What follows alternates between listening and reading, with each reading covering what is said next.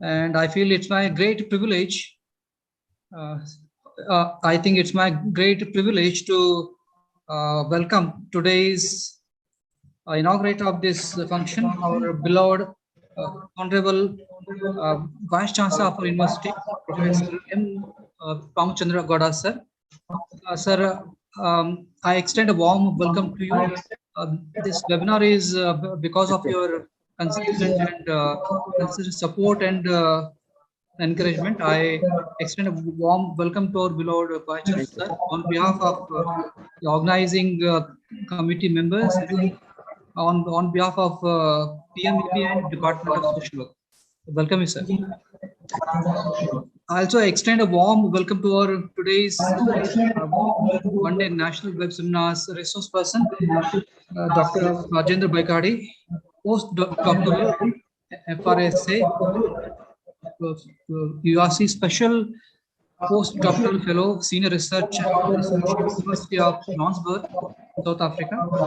Sir, on behalf of all the members of the organizing committee and on my personal behalf, on behalf of PMEB and Department of Social Work and Rani University, I extend a very warm welcome to today's very renowned and prominent resource person, Dr. Rajendra Baikadi. Welcome you, sir. I also take this opportunity to welcome the guest of honor of today's inaugural function, our beloved Registrar of Rani University, Belagavi, Professor Basraj Padmashari, sir. I extend a very warm welcome to you, sir, on behalf of our organizing secretary, on behalf of the organizing team and all the members of the team. I also take this opportunity to extend a warm welcome to today's this function, Professor S.M. Hurkadli, sir, who is Registrar Evaluation of Channamma University, and Professor D.N. Patil, sir, who is Finance Officer of Rani University, Belagavi. I welcome you both on behalf of the organizing team and on behalf of PMEB and Department of Social. Welcome you both, sir.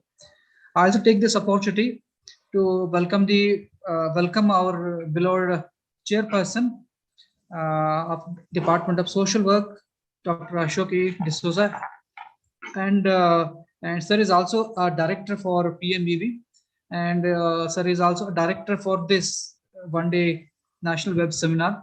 I extend a warm welcome to our beloved Dr. Ashok D'Souza, sir, for this web seminar. So I take this opportunity to extend a very warm welcome to every participant who have joined on a Zoom platform, and also those who could not able to join the Zoom platform, they can join the live streaming YouTube. I extend all the participants who have joined this web seminar. I extend a warm welcome to all the technicians who have helped us a lot in organizing this function, and also our student friends who are watching this YouTube live streaming as well as the Zoom meet. So thank you so much, and everyone, for your patience hearing. Thank you so much. Thank you, Dr. Santosh Patil, sir, for welcoming one and all. Now I request Dr. Ashok D'Souza, sir, who is the convener of Web Seminar and the director of PME Board, chairman of the Department of Social Work, kindly give an introductory note. Good afternoon, ladies and gentlemen. It is our great honor and pleasure to have organized this one-day National Web Seminar on a roadmap for achieving quality academic outcomes during doctoral studies. As it is very clear from the title of the web seminar, it is mainly focused on the research scholars or doctoral scholars who are pursuing their doctoral studies in various state and central universities as well as in private universities. The major objective is to see to it that research culture is nurtured and groomed so that we under the national economic, the educational policy 2020, research opportunities as well as lots of opportunity to they have very good name and fame for through research credentials is open for all the as one of the countries with lots of potential for knowledge generation as well as knowledge dissemination. So as a country celebrating its 25th Independence Day, and in this occasion we are somewhere have realized that it is our responsibility to see to it that culture of or a kind of a very positive vibrant culture of research is somewhere created at a very early stage, which is right now absent as far as our educational system is concerned. So we thought Rajendra Baikadi, whom I have seen as a master's level student who has risen to very great heights, mainly based on his shared hard work and talent, is a kind of a model who can be presented to all of you, so that he can give you very kind of a practical tips, so that you can come out with not just very good research thesis or dissertation, but also very good research publications, and also you can have a career purely on research based kind of lines, or various postdoctoral and other kind of opportunities, the various avenues which will be opened if you concentrate on full-time very good quality research. And planning, monitoring and evaluation board and Department of Studies and Research in Social Work have taken this initiative under the able leadership of Honorable Vice Chancellor of our university, Professor M. Ramachandra Gowda, sir. And Rani Channamma University is the largest university, and has a very good potential as well as very good kind of strategic plan to make a difference both in the production of quality knowledge as well as dissemination of knowledge, so that the Belagavi and our jurisdiction in particular, as well as India and the entire global scenario in general, will be benefited through small efforts of this kind. So thanks for the opportunity, and I thank the organizers for the opportunity, and wish all of you very good learning. Thank you so much, and all the very best.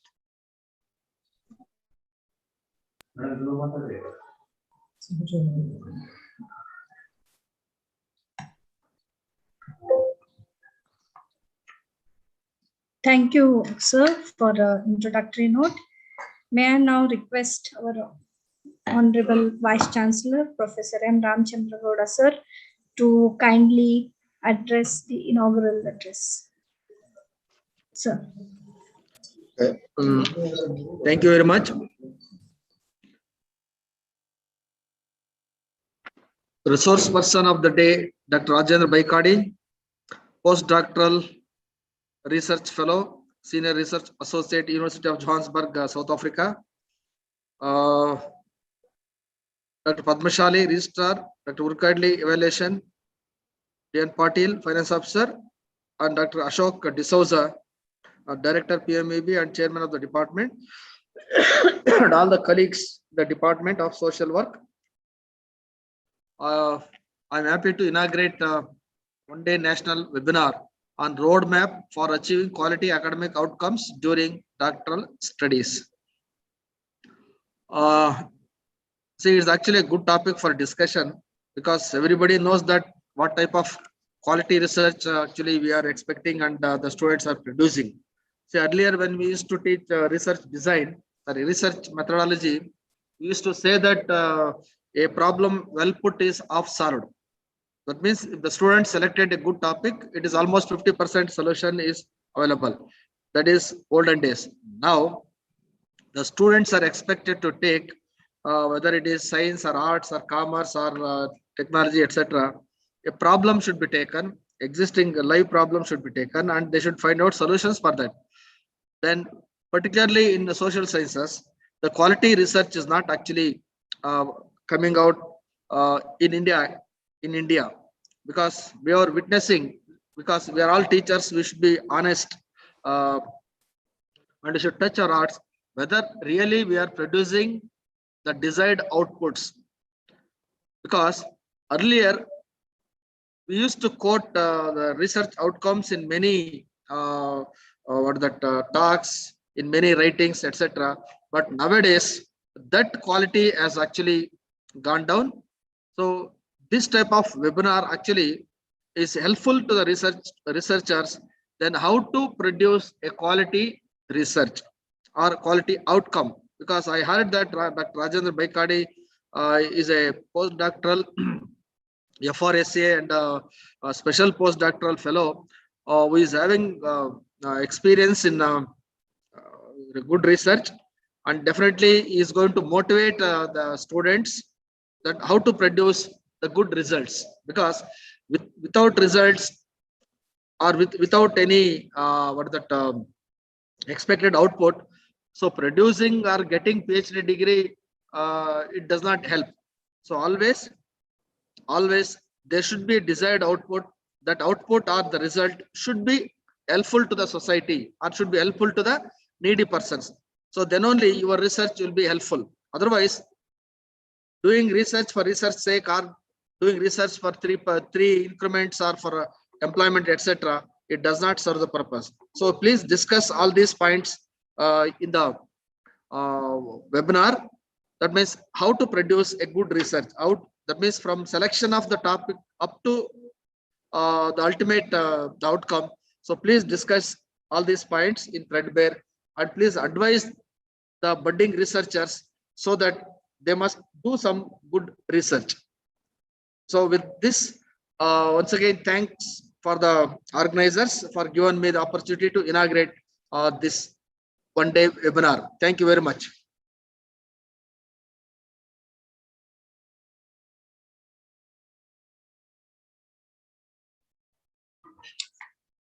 Thank you, sir, for your inaugural address. Thank you, sir. Now I request Dr. Chidanand Dhauleshwar to kindly introduce our resource person. Thank you, Devata Madam, for giving me an opportunity to introduce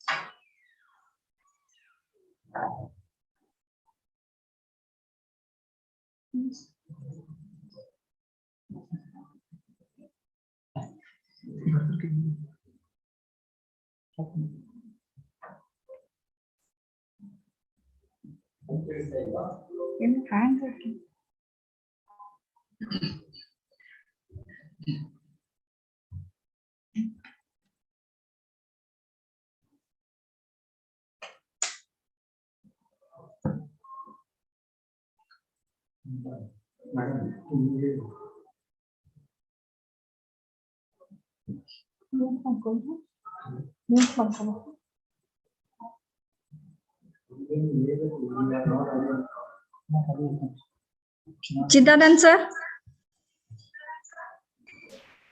yeah, sorry. Unmute.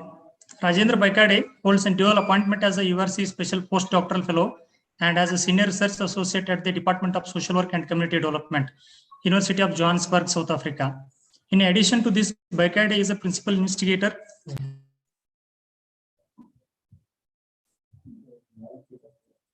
Chidanand, sir. Unmute.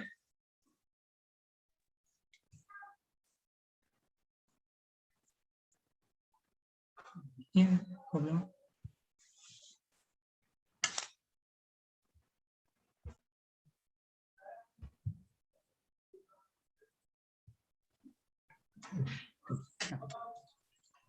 Okay, sir. Madam, am I audible? Yeah, now Madam. you are audible. Yeah, you can speak. You can speak, sir.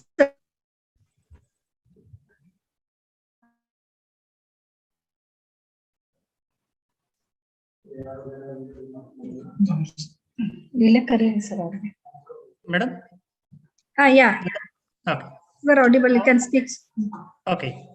Rajendra Baikade holds a dual appointment as a URC Special Postdoctoral Fellow and as a Senior Research Associate at the Department of Social Work and Community Development, University of South Africa. In addition, Baikade is a principal in National Science Laboratory, Harvard University at the Hebrew University of Jerusalem, Israel, and was awarded Gold Maria Fellowship by Lady Davis Trust at Hebrew University of Jerusalem. He was also a recipient of Taiwan government's short-term research award in the 2018 for academic research at National Changchi University, Taiwan, and the Confucius Institute Understanding China Fellowship by the government of China in the year 2019 for academic research at Shandong University, China. He has wide research experience in evaluating best practices of social education and practice at both local and global context. His recent books include the Palgrave Handbook of Global Social Work Education, Social Welfare Policies and Programs in South Africa, Building Sustainable Communities, Civil Society, Response in South Asia, and Social Welfare in India and China, a comparison. Then forthcoming book by Baikade include the Oxford Handbook of Power, Politics and Social Work, the Routledge Handbook of Fieldwork Education in Social Work, and the Routledge Handbook of Social Work Field Education in Global South, and the Routledge International Handbook of Poverty in the Global South.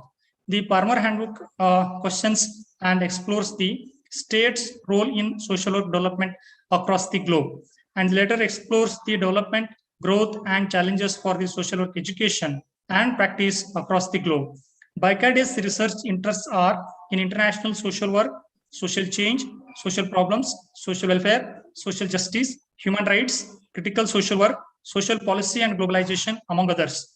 Ongoing major publishing project by Baikade includes the Palgrave Handbook of Global Social Problems by Palgrave Macmillan, UK, the Palgrave Handbook of Global Social Change by Palgrave Macmillan, and Mapping Global Inequality.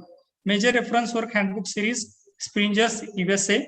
He is also the editor of following 4 book series published by the Springers, USA. Springers series in International Social Work, Springers Briefs in International Social Work, Springers series in Social Work and Social Change, and Springers Briefs in Social Work and Social Change. He is a fellow of Royal Society of Arts in the United Kingdom. With this brief introduction, once again, I welcome Rajendra Baikade for this web seminar. Thank you. Over to Madam.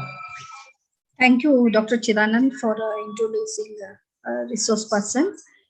Now I'd like to request Dr. Rajendra Baikade for the presentation.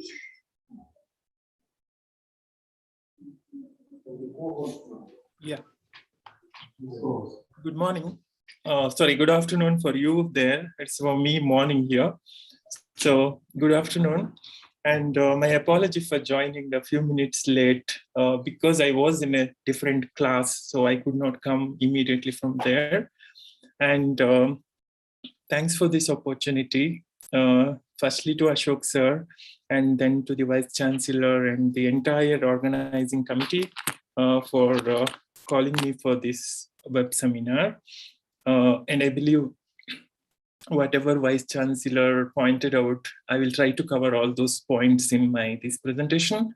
And I would always expect a participant to ask questions so that I can clarify that. And I feel that will be the more effective way of understanding this concept, because there may be a lot of doubts people may have, like we don't know that some of the aspects of publishing, but we cannot ask someone else.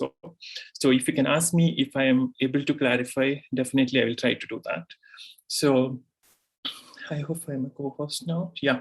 So let me share the PPT.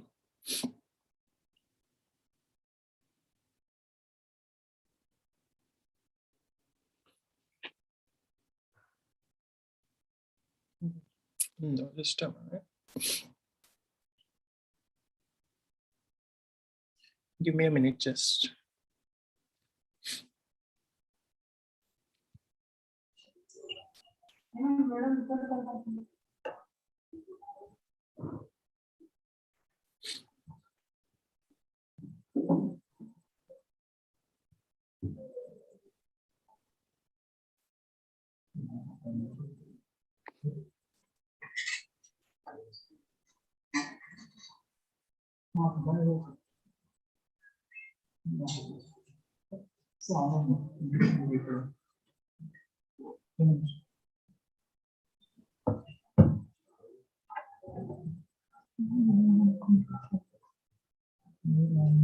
I hope it's visible.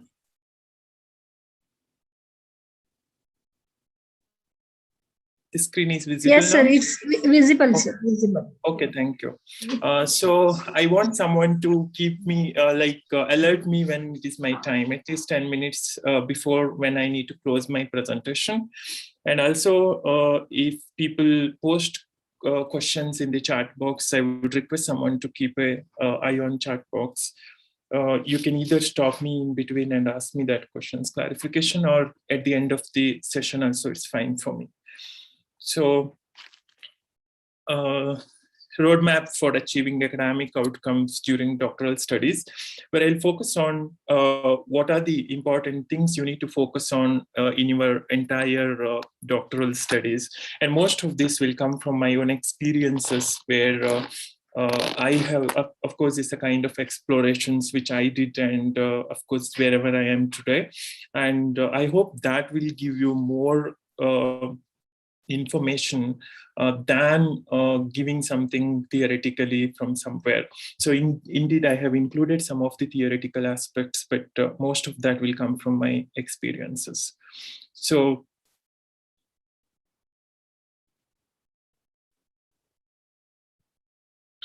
why a PhD is the question most of us have. For example, is majority of us, even some point of time, when even I felt like why we need to do a PhD. And sometimes we face a lot of issues in between our PhD journey. Then again, we start thinking that why we need to do a PhD, or even sometimes students think I did a mistake by joining a PhD.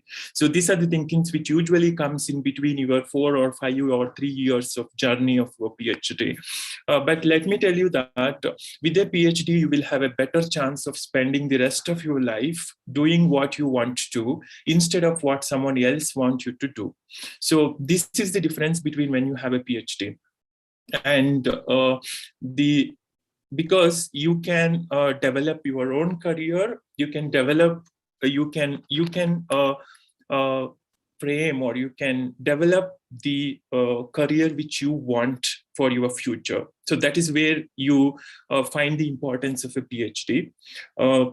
Indeed, there are a lot of difficulties you may need to go through. It depends on where you are and with which circle you are, or whatever the topics which you take and the support you get in terms of all supports again. But of course, it's not that at the end of the day, when you complete your PhD, of course, everybody feels proud of themselves, and even their family feels proud of themselves.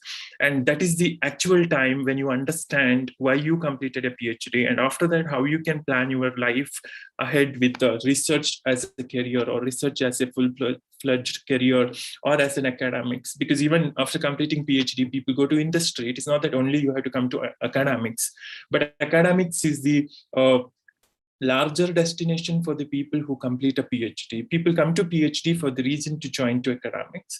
So that is why a PhD is important. So I hope most of you are people who are registered for PhD, and maybe in the early stages of your PhD, maybe one or first or second year, I believe. So, and here is like evolution of intellectual freedom. I think you might have come across this somewhere, as people usually share it as jokes, but there is something more than a joke in this actually.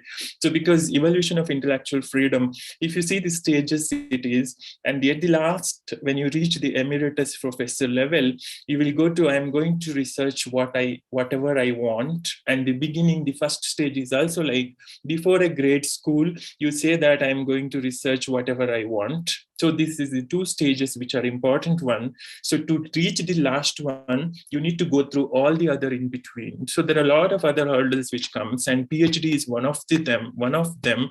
And of course, PhD is a kind of passport to reach all those places. So that is something which important we need to keep in mind. And of course, that is where we find the importance of a PhD or a PhD degree. And this is an overview of my presentation, if you can consider, because I will focus on academic writing, I'll focus on effective communication, I'll focus on presentation skill and how totally you can develop yourself in your PhD, and focusing on quality publications, and also giving some clarification for you on what actually the concepts which are usually misunderstood, or the concepts which we don't usually have clarifications, or the concept we think they are as it is, or like there are some informations which we get and we believe that is the right. So that is what I will try to clarify in my entire presentation. So going to the first year, because this is the time when you usually join your PhD, and it depends on each university, I know, because some of the places you may have a coursework and you may have to go through 1 year coursework or 6-month coursework. I remember when I was a PhD, I had 1 year coursework to go through, 2 semesters, but I know some universities will have 1 semester coursework, or even 3 months, or even people start immediately and then somewhere in between they give an course exams. It entirely depends or differs university to university. But in any case, first year is like, reading will go a long way, because this is a time when you need to focus on your developing your topic, developing your research area, and developing your own ideas for your research. So that is the time when you need to focus on reading in your interest areas, because I again know that some of the universities will ask you to come with a proposal for your presentation during your interviews for the selection. Some of the universities may conduct only an entrance examination and then give you an admission. Then of course you need to develop it all in your first years. But when you come with a proposal, it is not that you go with the same proposals. So there is a lot of changes happens. In my case, of course, I came with a proposal which was something related to the Dalit children, but later on my study was in India and China. So there was no connection between these two, of course. So that's what I started developing it in my first year. So the first year is that important. When you immediately get into a course, then coursework along with the postworks, try to develop your research interest area, choose your areas of expertise, and as early as possible in your first year, because this is going to stay with you forever. The expert and expertise which you develop in your PhD years is going to stay with you forever, because the entire academic life thereafter depends on your academic output, whatever you produced or whatever the expertise you got during your PhD. So that is something which you need to keep in mind again, and make yourself an expert. And believe me, everyone is an expert, because in your research area, when you come out as a PhD, you must be in a position to say that you are an expert in your research area. And that is what the focus yours should be, in developing your own areas and finding a topic which best suits for your experience and expectations. When I say expectation, that is something what you want to do in your future. That is where you want to see yourself. At least plan it for 5 years, like when you complete your PhD, and thereafter where you want to see yourself. That is something which you need to keep it in mind again when you join for a PhD, and immediately when you start working on it. And also learn to write references. I'll go back to this point in the later stage, but why it is important is that there is a lot of issues which we face, and that are because of references. So try to learn references, writing references. Try to get some of the tools available for writing references, like maybe APA or whatever the Chicago style of referencing, whatever it is. So try to get mastery over that. So that will definitely help you to, even publications, most of the time it's very, very important that you write your references very properly. And also to not to get into copyright violation, you need to write references properly. So these are the things which are importance of a reference in your research paper. And that skill, you need to get it in the first year itself. And that will come with you for a long time. So that is where you need to focus again. And research proposal, like the first year, as I said, is the time when you start working along with your coursework, is the time when you start working on your research proposal. And it's again depends on your area of interest. Then of course, where you are and what is your goal to do, and what kind of resources you have, and what kind of research output or findings you want to achieve. All these things depends. And also most of the research topics comes because of people's experiences. I mean, sometimes people work in a field or work in a village, and from that they develop their research ideas. From that they develop their research topics, because that is something which comes to their mind, that I need to find a solution for this. So this is where somewhere people differ from others. And somewhere people like me, maybe we want to see ourselves in the global society. So that's why we select a topic which are comparative between the countries, or which has the relevance to other countries. Of course, all research has relevance to others, but when you do it as an international, it will have kind of more appeal to the other societies. So that is where, but of course, you need to do a lot of work additional to your research topics, whatever you do. So, but all that depends on your first year preparation. And I'll just focus on a bit on the summary, whatever you have to prepare, because this is something which is important. I do receive so many people's messages saying that we want to prepare a proposal. Can you help us? So I hope this is the summary which will definitely help you to prepare your proposal. If you are doing it in your PhD now, it's then well and good. Otherwise, even when you try for a postdoc, your proposal is your passport again, because people will see your proposal first before even looking at your request for funding or request for an application, request for a supervision. So that is where you need to write a very, very good proposal for the funding. Even after your even after your graduation with the PhD, and even when you become a faculty, when you become a postdoctoral, even when you become a senior professor, of course, there is a lot of funding opportunities which comes across the globe, and all these funders will look at your proposal, how it is written, and what is the output of that proposal. So that's why proposal summary include intellectual merit of your project. That is this very important one. When somebody looks at your proposal, it should give intellectual merit of your project, what it's going to achieve, or what is the importance of that particular study. And at the same time, broad impact of your project, what is the use of conducting this study, and who will be the beneficiaries of this study. For every research, there will be one or the other kinds of benefit. Some may apply to a larger society or larger group, some may apply to a smaller group, but every research will bring in something. So that is where you have to focus in there. And problem statement, you have to see, like, why does this research study need to be conducted? Funders will definitely look into this. When you go for any funding, if you apply for ICSSR, if you apply for UGC, whatever the project, scholarship or fellowship, whatever it is, people will see mostly, if it is merit-based evaluation, then definitely they will see that, why does this research need to be conducted? Is it very important? Or what happens if this research is not conducted? So this is where you need to find answers for this. And what is the use of this research if I conduct this research? So that is where somewhere you have to focus very importantly. And what specific issues does this study raises, what that have not been observed in other literature pertaining to the topics. Like, of course, we go for a review of literature, and in the review of literature, you see what is already done and what is not already done. So see how it is different to a topic and focus on that, and that should be the problem statement. Like, if something already done, and why your study is going to benefit you or help you then further.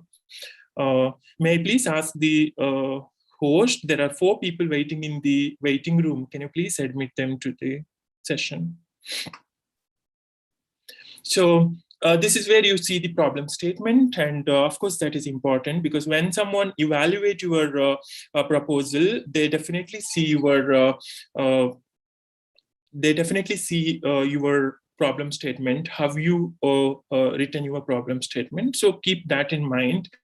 And the background, discuss the theoretical framework underlying the proposed research, because most of the people find this as a problem, writing theoretical framework, because it needs a strong understanding of theories and also comparing, aligning it with your topic.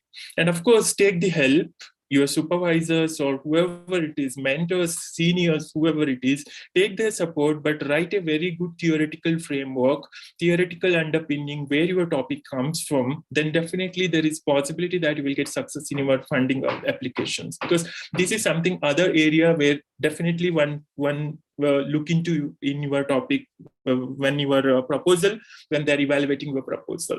And also define terminology and evaluate concepts.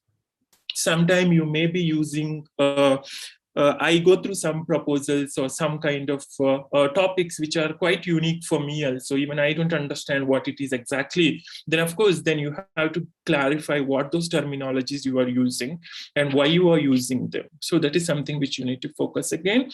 And how existing approach compared to your proposed research, and consider only peer-reviewed papers on well-known journals and conference proceedings. This is something important. Again, I'm going back to this point later on, where you have to focus, why you need to focus only on peer-reviewed journals and peer-reviewed conference proceedings when you go for references or when you are reading a literature review. So that is something important again. So a quality proposal will always come from peer-reviewed journals.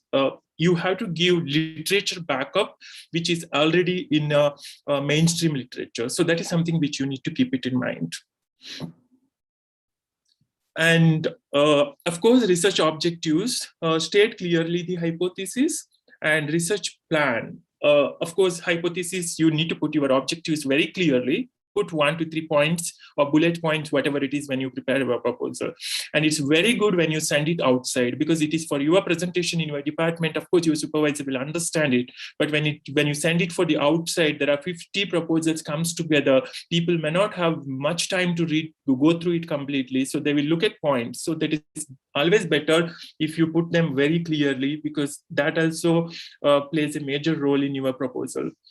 And the research plan, explain with detail the steps you will take in order to test the hypothesis, including instruments, experiments, and materials. So this is something which, of course, I was correcting a proposal of one of my students for the ICSSR application, and I saw they have asked very clearly. I think some of you might have applied, or maybe scholars already of ICSSR.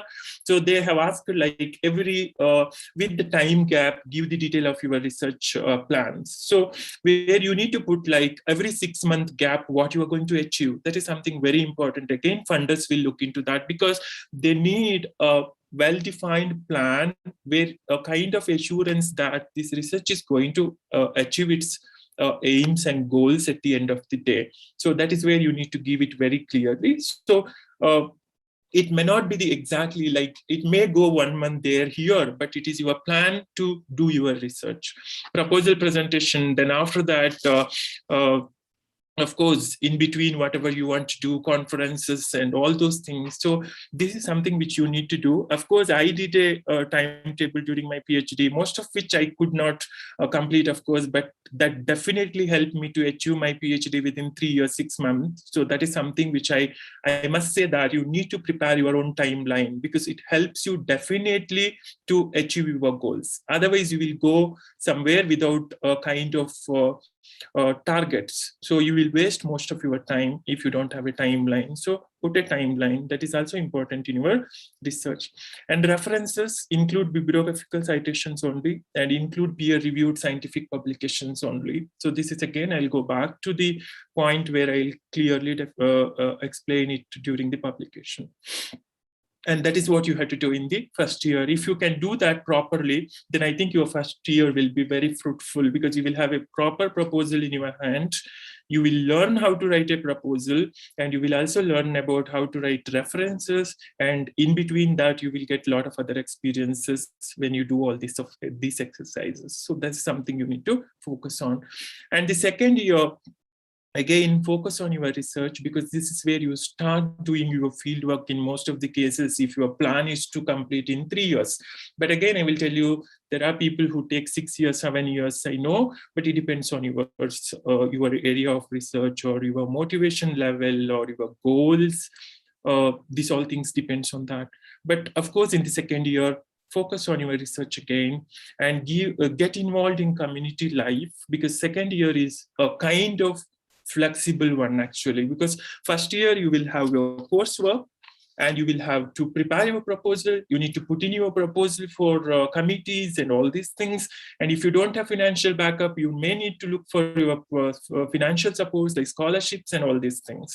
That is why it is quite a hectic one. And also, you need time to get adjusted when you get into a PhD, especially you go to a place which is not familiar to you, because people go across the country, even people go abroad for PhD.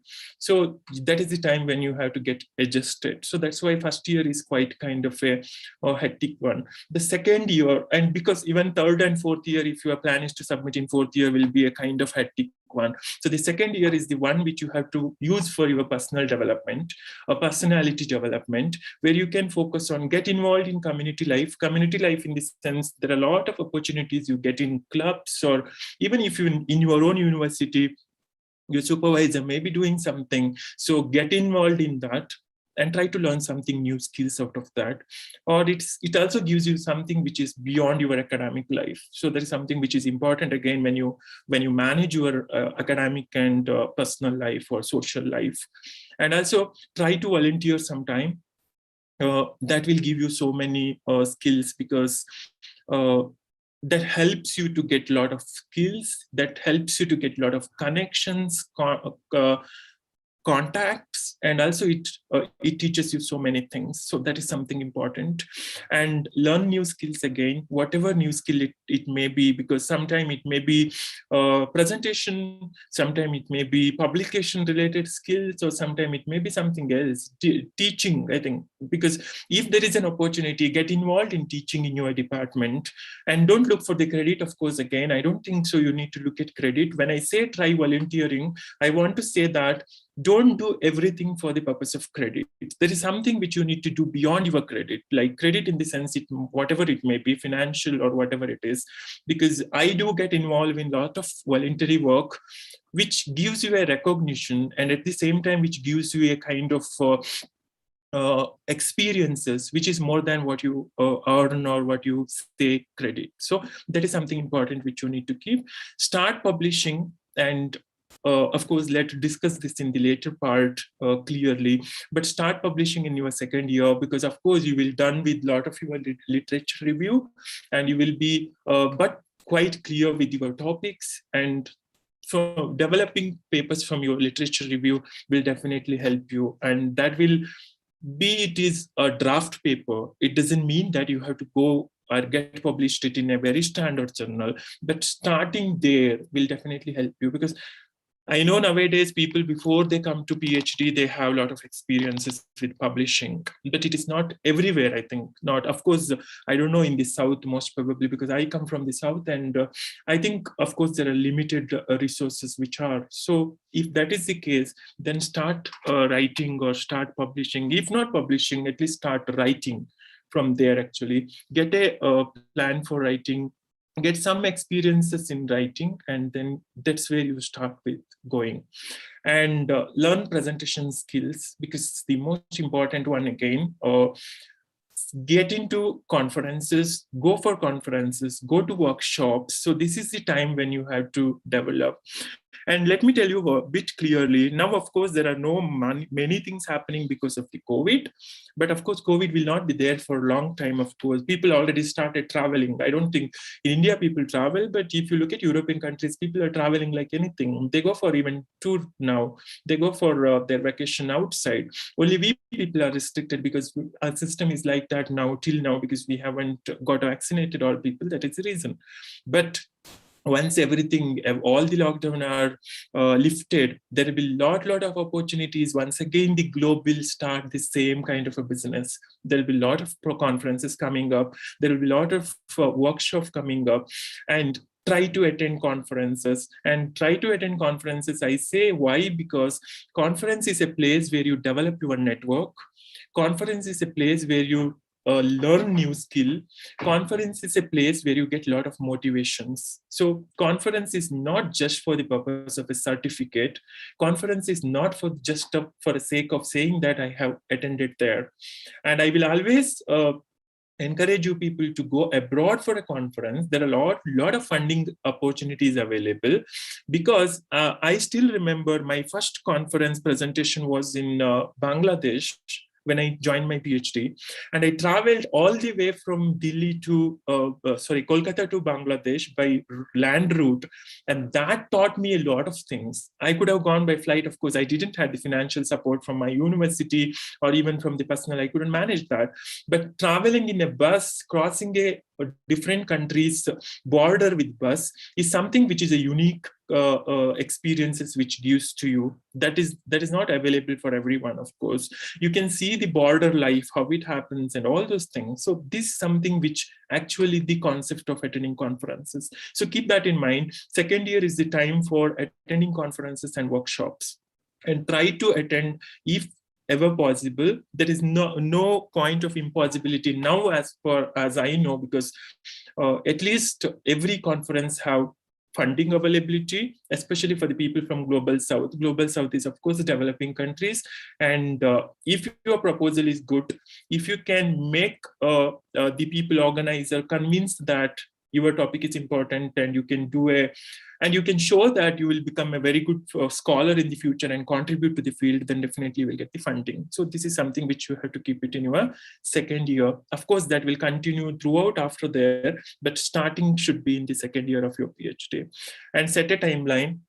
The most important one, why I say, because again, I repeated it from the last PPT, because here is like, because your supervisor or whoever other people may not be in a hurry to send you out, but you do have that hurry, in the sense you need to have a timeline to complete your PhD. In a 4 year or 5 years, I don't think you should go to 5 years. It should be an ideal, should be 4 year. Not beyond 4 year. I think if you can complete within 3.5 years, that's fine. If you can do it very good and very systematically, without any loopholes, you can do that, then it's well and good, because that is where the career starts. Because when you stuck on your PhD, you will lose a lot of your experiences. You will lose a lot of your productive academic years within that PhD itself, because it doesn't matter you take 5 years, 8 years, or 10 years. The thesis will be the thesis at the end of the day when it comes out. I don't think something you can say that proudly that I took 10 years. So that is where you have to keep it in mind. So importantly, and the next is third and fourth year. And as I said, I imagine people will aim for completing third and fourth year. And at least if not in the third year, you will aim for completing in your fourth year. So most of you, I believe in. So in that case, again, focus on research. And here, again, set a timeline and give talks. Here is the time when try to give talks or whatever the conferences, again, presentations. And if there are resource person availabilities, community, I know you people, your own juniors in MSW do a lot of community work. So you can get involved with them, go to the communities, try to involve with the field work, community work, and all those things. Try to create awareness. There are a lot of people who do that, but do it in a way that you learn so many things. And start networking, because third and fourth year, if you say third year itself, starting third year itself, networking is important, because that is where you start searching for the outside world. That is where you come out of your PhD and you enter the larger world, and you have to have something in your hand when you submit your thesis. It's not that let me submit the thesis and later on I see. So I have spoken to so many people when I was in Mumbai in some of the institutions, where people have scholarships, of course, like till the 4th year you get the scholarship, UGC or whatever it is. People are ready with their thesis in the 3rd year or 3.5 years, but they're not submitting because the moment I submit, my scholarship will stop and I don't have anything next to go for immediately. So this should not be the case, actually. So you need to keep something ready when you go for submission. So that you need to start in the beginning itself in the 3rd year. And postdoctoral opportunities, start job seeking. If your aim is to enter academics immediately, then start seeking jobs in the 3rd year itself, beginning of 3rd year itself, because I know, at least I think you people are also aware that in our country, like in India, it takes at least 1 year for processing of application and all these things. It is not that, I don't know anywhere it happens immediately. So that 1 year you will take time for your job seeking. So try to do that in the 3rd year itself. There may be possibilities that you may not have that. Even I remember I didn't have that kind of an opportunity to do that. So there may be obstacles or restrictions, but of course you need to deal with that. So how you do that, that depends on you and of course your environment. So try to do that. And also postdoctoral opportunities. When I say postdoctoral opportunities, there is a lot of, I think there may be a complete session on postdoctoral opportunities, even looking at funding and all those things, at least some of them, which I know at least, which you can try for from different sources. But I'll just focus here is that there is endless possibilities to go for postdoc. Don't think that we are from a local university in Karnataka, we are from a local university in somewhere in the south, but not. Remember, I was the first PhD scholar in Central Institute of Karnataka, and the beginning of that university it was actually. So first PhD scholar of the social work there. And of course, when I joined my PhD, I didn't know that I could do this much of work. But what I could say always is that if you work hard, and if you can convince people, there are a number of people who you will get for supporting you. And that is where you need to see actually. So there are a lot of opportunities. Even because of COVID, funding has not stopped. There is reduction of funding, but funding did not stop it actually. There are a lot of opportunities still open. And just imagine once the world comes back to the normal, then definitely there will be a lot of opportunity, a lot of people who go abroad for postdoctorate. And also we have a kind of wrong impression about postdoctorate in some places. I think like it is somewhere who go to, who don't get a job in India, they go for postdoctorate. Of course not, it is the people who want to get experience go for postdoctorate. That is something which is important thing you need to keep. Importance of going to a postdoctorate is to develop your own research interest, develop your own research network, and develop your own research skills. So that is important when you go for a postdoc.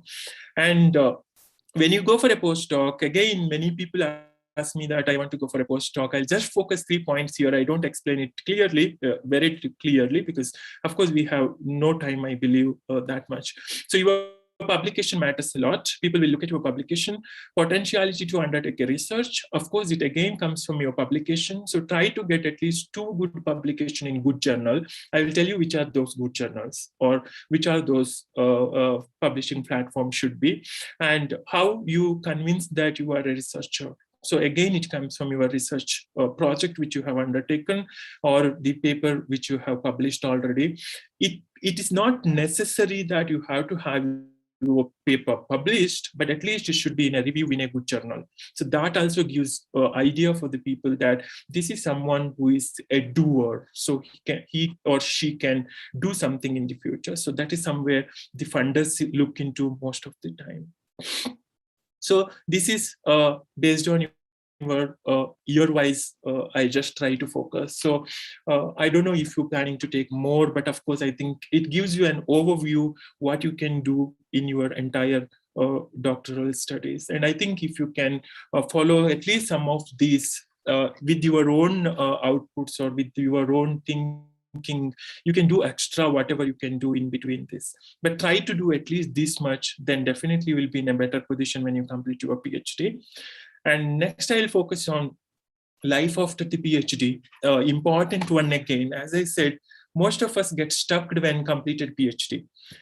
PhD done, a kind of happiness. At the same time, what next is the question. So where to go? Because it's very less number of people, I think, maybe the lucky group which get into a job which you say good job immediately after PhD. Rest of them just go as a contract faculties, guest faculties, or something else. I even know many people, not even in India. I was in Taiwan for my research, and my supervisor used to discuss with me. One guy who joined PhD and later completing PhD, he went and started a coffee shop. This is the possibilities most of the time. When we are not motivated enough to do, and when you are not able to face your own challenges, then of course you face a lot of issues there actually. So that is why life after PhD is something very important.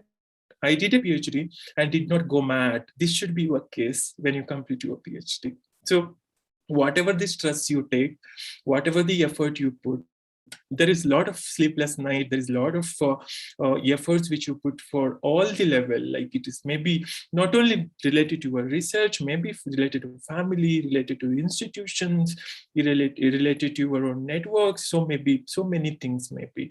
But of course you should be in a position to manage all of that. And after that, the important aspect is academic writing, which I completely shift from here to there, because life after PhD, if you plan to go for research, then it is based on publications, something which you need to do very carefully and very planningly and systematically. And of course, I don't know if someone have already attended any of my sessions last time or previously. I focused on this, and I will not focus on this more. Later on, I will focus more. Here, I'll just go through the points. Academic writing or publications are some important points. Is like, first to do is with which journal. Again, I will give you an explanation how to search your journal and why. What are the points you need to see when you search a journal, because there is a lot of misinterpretation which we do related to the journals, and each journal has its own style if you want to write. Because sometime I want to write into a journal, like for example, say British Journal of Social Work or European Journal of Social Work, they have their own style to follow. So it's better go there and read one of their articles so that you will understand what they want from you as an author, so that you can follow that. So that is something which you need to keep it in mind very importantly.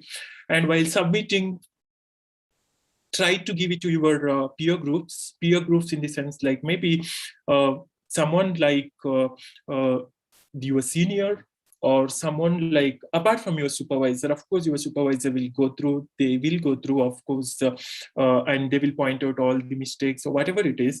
But apart from that, maybe you are not very flexible to discuss with your supervisor regarding the mistakes or the doubts which you have. So that is where comes the peer groups. Peer groups is that your next people, whoever it is, friend circle, whoever it is. Be careful while giving the full manuscript, because someone should not use it for their purpose. So share it with only your confident group, but try to get feedback from them. So that will definitely help you a lot of time, like peer group, peer review comments. And try to submit to a good journal. It doesn't matter it gets accepted or rejected, but definitely will get a peer review comments. That helps you to develop your article for the next journal, wherever you focus on. That is something very, very important. I always say my students, submit it to a good journal. If it goes to the peer review level, that itself is an achievement. Because what we do as an editor is that when a journal article comes to me or comes to the editor, we will first go through the content. If we feel this is something which can be sent to the peer review, then only we will send it to the peer review. Otherwise, we reject it in the, like, that's called desk rejection. There itself, we reject and send it back to the author. So you are the loser there, because you didn't get any comments from the reviewer for improving your paper. So getting into the peer review level in a good journal itself is an achievement, because that gives you a whole lot of comments, whole lot of different perspectives, because the reviewer will see your topic and your research approach in a different way. And he or she will give you so many direction to take your article in a good way, good to improve in a good way. So that is where something, you may not be able to submit to the same journal, because some of the journals there are only one submission. If it is rejected, you cannot resubmit to the same journal, same article. You can submit a new article, but same article cannot be submitted to the same journal for a second round. So that you need to keep it in mind. And of course, but nothing is like impossible. Of course, once you get your experiences, you can go back to those journals again. And if you look at the journals, of course, all these are commercial, if you say it, except the university journals. But why I give all these journals name is that there are some quality check which they keep actually. Taylor and Francis is one of the largest journal publishing company. If you see, they have thousands of journals in social sciences, science, and all the aspects. Springer has a lot of journals which are even to social work. They don't have anything on particularly on social work, but there is something called social work and human rights. There are a lot of larger social science journals where you can look into. Palgrave has a lot of journals. Sage is the another biggest journal publisher, and Ville and University Press. University Press, when you say like there are Chicago, Oxford University, Cambridge University, and let me also clarify you that these are not big names if you try. And let me also give you an example. Recently, I was going through one of my friend's profile, and I just got to know that she published in a Cambridge University journal as a single author. And I even wondered, and of course, because in the same wonder in the sense, it is not that something she cannot do, but I actually felt happy for that effort, because it is not something everybody put. We think always university presses are like not for us. This is something which you decide immediately, but that should not be. They will look at your quality most of the time, the approach you put most of the time, and also it is how you approach a topic. That is something which is very importantly they will see. So try to go for these journals. And there are predatory journals, which I go through again later on, very details how you have to find out it. So tips, very important one is that stay away from the predatory journals and publishers. There are publishers who are predatory and journals which are predatory, which will give you a quick publication. But of course, that is nowhere going to be helpful for you. Look at the bigger picture. Imagine yourself there. When I say bigger picture, I mean to say that your aim should be publishing in a university press journal, because it is not something very easy.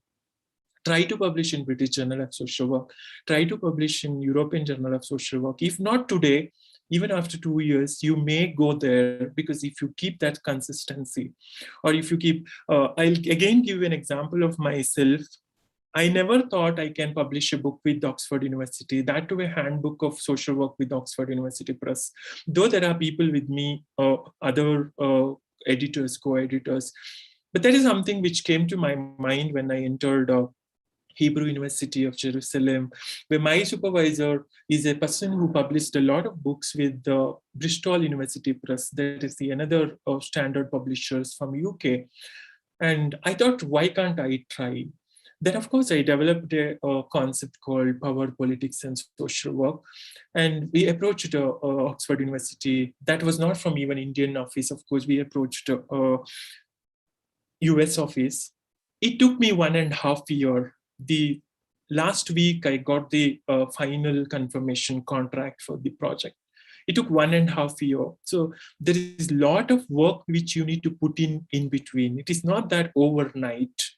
So the work quality or success doesn't come overnight. There is time which you have to give, but continuation of work is required there. You need to keep continuing that effort. So that is something important. That's what I say when I say imagine yourself in a bigger picture. So that is something very, very important. And that will, there is a saying, right? Most of the people say, like always aim for reaching the moon, but at least you will reach the stars. This is something which you need to keep it in your mind. At least not the moon, at least somewhere you will go to a star. So that is something which you have to keep. Follow the basic ethics. Again, I'll focus it on the next slides, and find a mentor or an inspiration. I always say this because someone who can inspire you may not be a very good known names. Of course, I don't think all the good names you'll be good hearts to support people like young researchers. Maybe someone who is very supportive. I must also point out here, I don't know sir remembers or not, Ashok sir, my first presentation was in Milagres College of Kalyanpur. I don't know how many of you know that college again. And way back in 11 years ago, in 2010, when I was in MSW, and I still remember the presentation was on Dalit identities in flux. And after my presentation, everybody was laughing at me. I didn't understand at that time. The reason is that my English was that poor. I didn't have any English background till there. So everybody was laughing at me because they didn't understand whatever I presented. So of course, many people personally came to me and said, like, you have to develop your English. Of course, but I must always remember in my life, I think, my teacher had a confidence on me. And he took me to the conference, and it was he who supported for the presentation. I still remember that was published in an edited book later on. I think that paper is somewhere later on. Even now I can find. And that is a learning which we actually do. So this is where you learn from kind of experiments. It is not that everybody come with lot of intellectual capacities. So now I don't say I have mastery over English, of course, but I can do something. So that's why I reached at least some part of the country, some part of the world at least. So that is where most of the people again say that our English is not good. It doesn't matter. If you put effort, definitely you can improve your English. And for the writing in high standard journals, definitely you may need to get support from other people, maybe language editing, but I think there are opportunities for that too. There are people who can support you, or you may find some other funding opportunity for that too. I know there are funders who give you for publishing papers, but not in a predatory journal, of course. It is not that 2,000, 3,000 journals, of course, it is in a good standard journal. There is something called open access, which I will focus again on the later part to clarify your doubts about two publications again. So before that, may I please ask the host how much time I can take later, hereafter?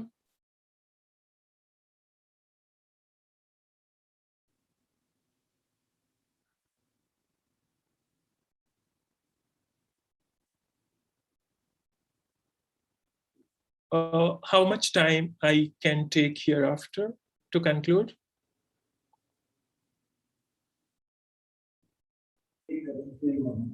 Sir, you can continue for another 15 minutes, sir. Okay, thank you. Okay, thank you. So this is something called Web of Science, which is useful for finding the journals which are not in the predatory list, or which are not in the which are not by the publishers or predatory publishers. And I can show you a trial later on, like experience how to do that, how to search that. This will also help you to find a journal list, which is called Web of Science Master Journal List, where you will get all the journals which are indexed in Web of Science. So, and it will also help you to find out a journal for your particular article, because when you copy your abstract there, it will give you the suitable journal. So that is also something which is important when you keep for submitting a journal article to submitting a research article to a journal. So this is a useful one. Make sure that the journal you aim for is listed in this database. It is not that easy. There are journals which are published for 10 to 15 years, but they are not a part of Web of Science. And I know in India, most of the people only look at Scopus. People say that, yes, it is in Scopus. But let me also clarify that there are a lot of predatory journals which enter the Scopus list. It doesn't mean that the journal is in Scopus, the journal is the good. Because there are some publication etiquettes, like you mean the sense, like to submit for a Scopus indexing, one journal need to publish at least minimum 4 issues. And after that, only one editor or a publisher can submit an application for indexing in Scopus or Web of Science.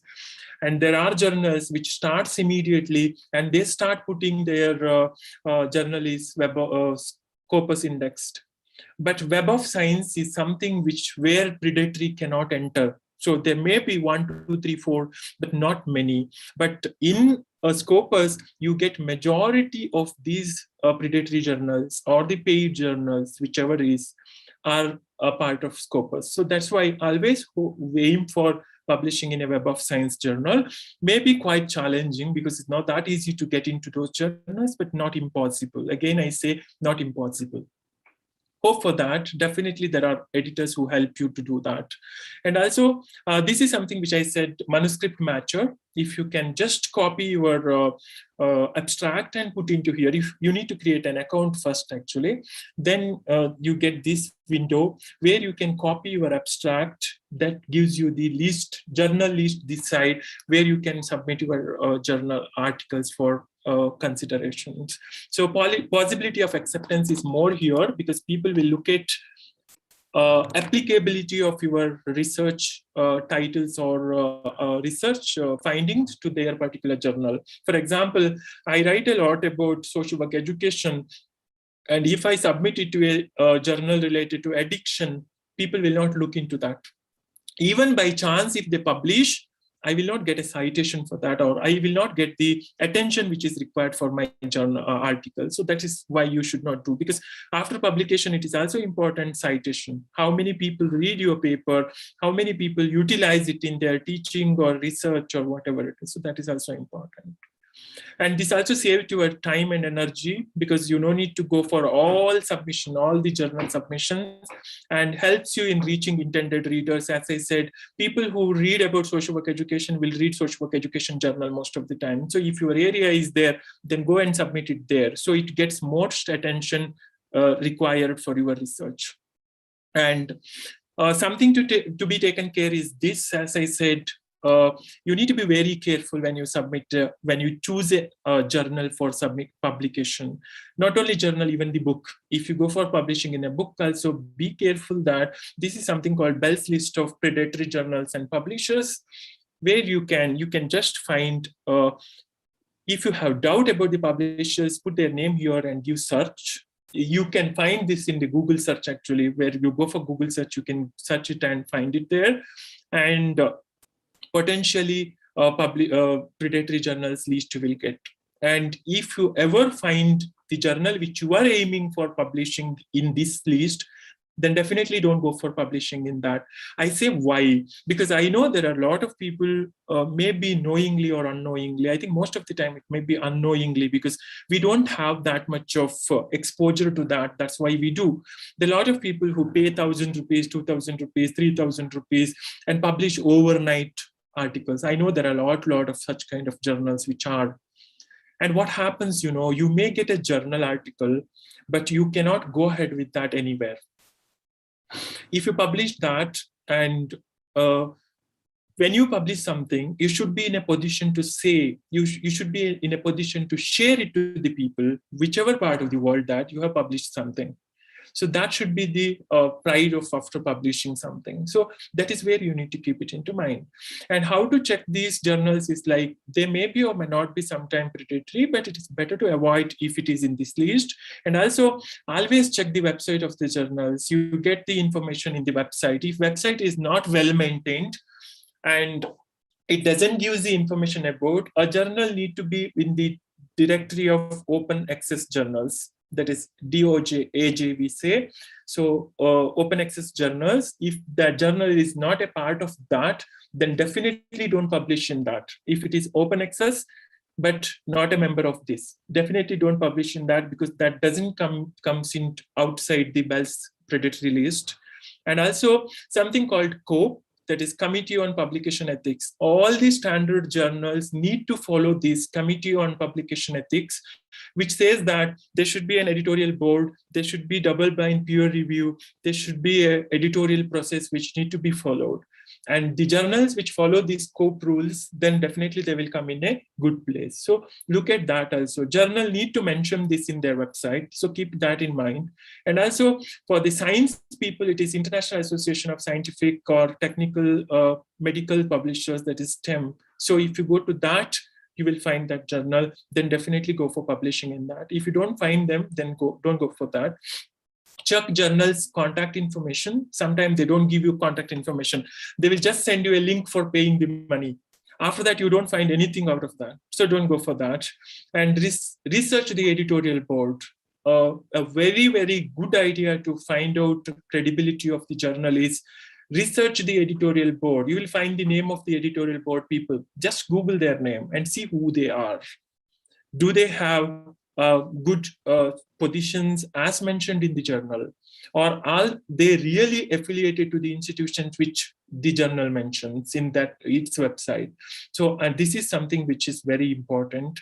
And of course, look at the previous issues which are published. There will be previous issues available. Look at that and who is publishing in that. Because for example, I'm from social work. So I know people who are in social work who are good researchers. At least if you find 1-2 papers from those people in that journal, then go for that. So that is a kind of steps which you need to focus on, checking the credibility and importance of the journal. And also take a look at their peer review process and publication timeline. As for my knowledge, minimum it takes 3 months or even at least a month, because there are some journals which I review, the 1 month time they give, and after that, if I don't submit the report, they keep on chasing me like submit the report, submit the report. So at any cost, it takes 1.5 or 2 months maximum to give a decision, first decision, not beyond before that, of course. At the most, if editorial office is very effective or very efficient in working, 1 month they may take. There are journals I know, even I published 1 year, 1.5 years they take for giving you a report. So I mean that not taking long time is an point for credibility, of course, but you can make sure that the journal is in good stand. But overnight, this is something which I'm very focused on, because sometimes people publish, like today they sent in paper, tomorrow they got the publication. So ask yourself if you do something like that unknowingly. Of course, knowingly people don't do most of the time, I know. Unknowingly, like because we don't know what it is exactly. So, and we have the pressure that we need to get publication before submission of thesis or something else. So that's why people go usually. So never and ever do that, because having such kind of one publication will affect your entire future research career in the future. Because, you know, once it comes to the online, you cannot remove that from there. And when you apply for a funding, people usually look at your profile. Now people can find out everything and anything Googling, right? And even I can tell from my own experiences, like when I give a call for a book chapters invitation, usually people search, who is this person? Who is this guy doing all this work? So let me see his credibilities or his background, where he is publishing and all. And if the people find this kind of publication, then definitely your network is gone there, because I don't think people will approach you for anything. So if you want to establish a good network, then try to avoid all these publications as much as possible. In general, you should not do that. If you have already done, stop from here and focus on good journals. Let it take time. Let it take 1 year. Let it take 2 years. Doesn't matter. But that has an value for that. And also there is something called retraction watch. If you people are interested, if you people can Google and read about that much, because there is something which need to follow, is that following the basic rules, like submitting one journal at a time. What happens, I will tell you, if you submit, because as I said, 3 months, 4 months, even 1 year people take. So some people, what they do is that submitting same manuscript to 2 journals. And what happens is that both the journals may accept and publish it. Then you need to go for retraction of one of that, because that becomes a copy, publication, unethical publication. So you need to retract that. Something, a word called retraction is the word used for taking back your publications. And if you go to the retraction watch, and like you find people in other databases, you can find people there. Once the people's name enters there, then it is a kind of black mark for the professional life. So that's why you need to keep it in very carefully. So try to follow the basic publication rules, which you can do as much as you can follow. So, and publish original ideas, which I'm not going to focus on much on your plagiarism and the similarity, but I have a last slide for that, of course, to just touch on that. And these are the journals. I'm not going to explain this, but you can focus on this. I think you can try to find this Google. If you just Google social work journals, you will find all of this. So, but why I give these journals is that you can definitely try here. Don't think that your topic is related to Gulbarga or Raichuru or Belagavi, wherever it is. It can go into this journal again. But it's very important what methodology you followed, what kind of argument you bring in your paper, and the style you write, and the intended audience. So then definitely that can fit into these journals. So try to do this. These all are social work related journals. You can try to publish in this. And a typical structure of journal article. I'm not going to explain this again because we don't have time. So just introduction, abstract introduction methods, result, discussion, conclusion, acknowledgement, and reference. I think you can go for an article and you can find this and how to write an article. And this is just the continuation of that. But you have to keep it in mind is that a typical article will be 6,000 to 8,000 words when you go for a standard journal. Beyond that, they will not accept, including references, tables, graphs, and other things which you need to keep it to mind. So I've given an outline of this, but I can share this PPT if it is required for you people to see.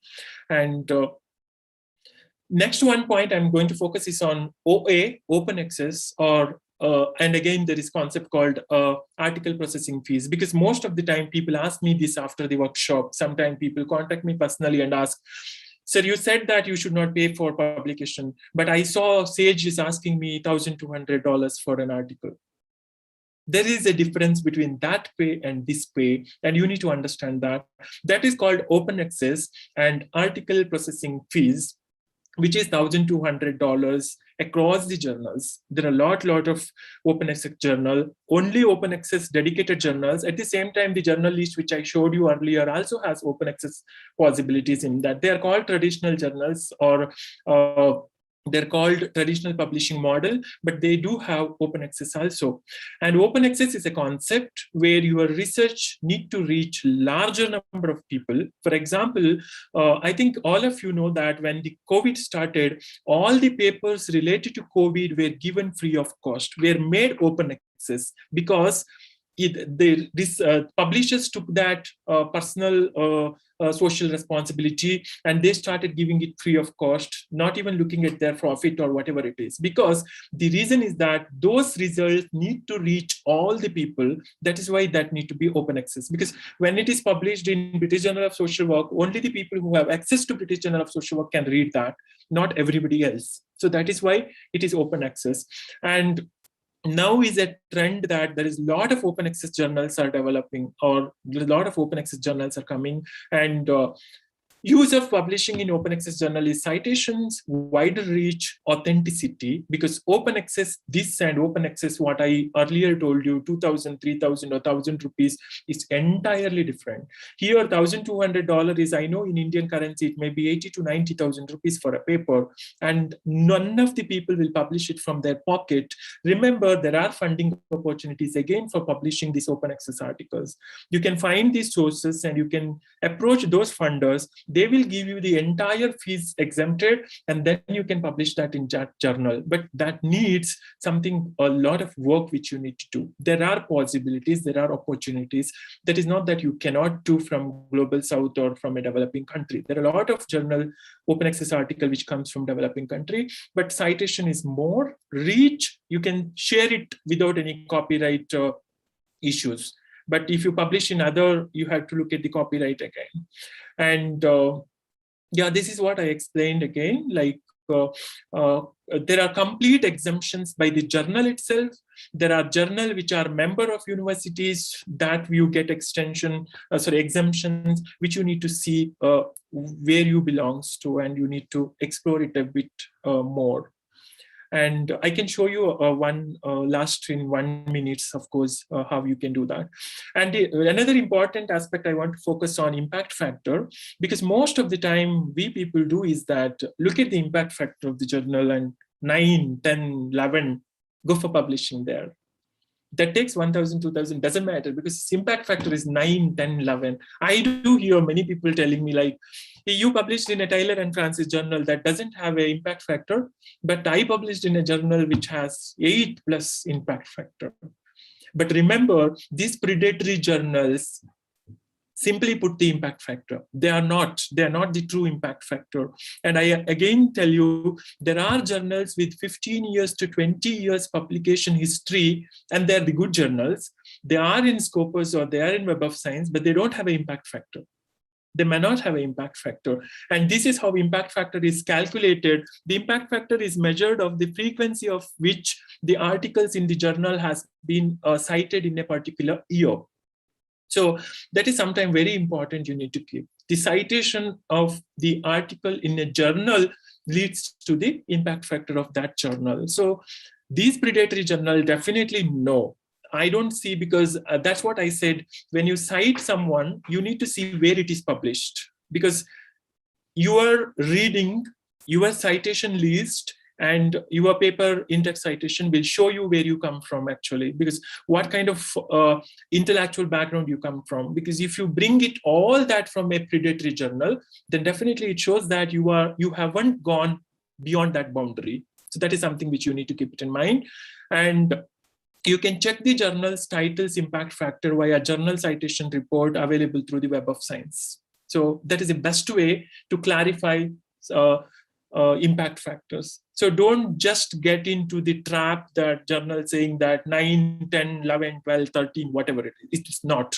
Nowhere. I don't think so. That is, as per my knowledge, there are journals in social work which are well established, have 1.5 is the impact factor, if I'm not wrong. International Social Work, one of the world journal, one of the well-reputed journal, International Social Work, published by SAGE, and ISSW and IFSW has 1.5, I think, maximum, 1 to 1.5.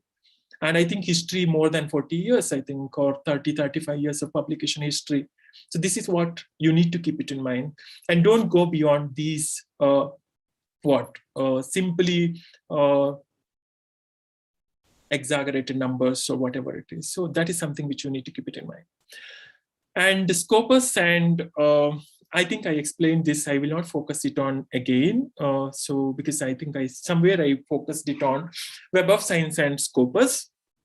These are the two lists which we look for again.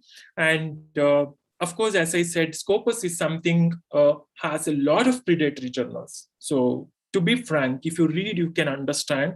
It's quite easy for this predatory journal to enter into the Scopus list.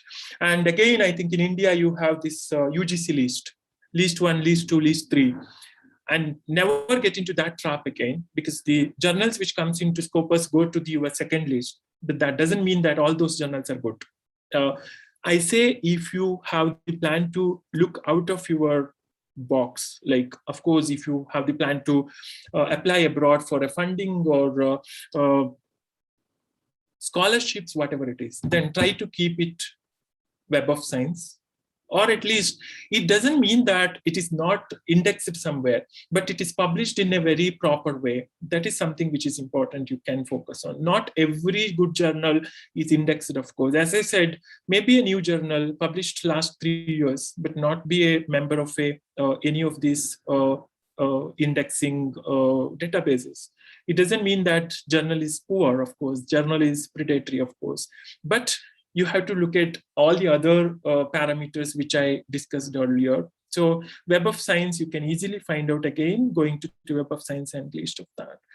And some other important aspect is preprint. I don't know how many of you know about this, something called preprint, which is actually a good way to start your research publication again. Preprint is something, there are some journals which gives you it an option. When you submit your manuscript, it goes to the preprint.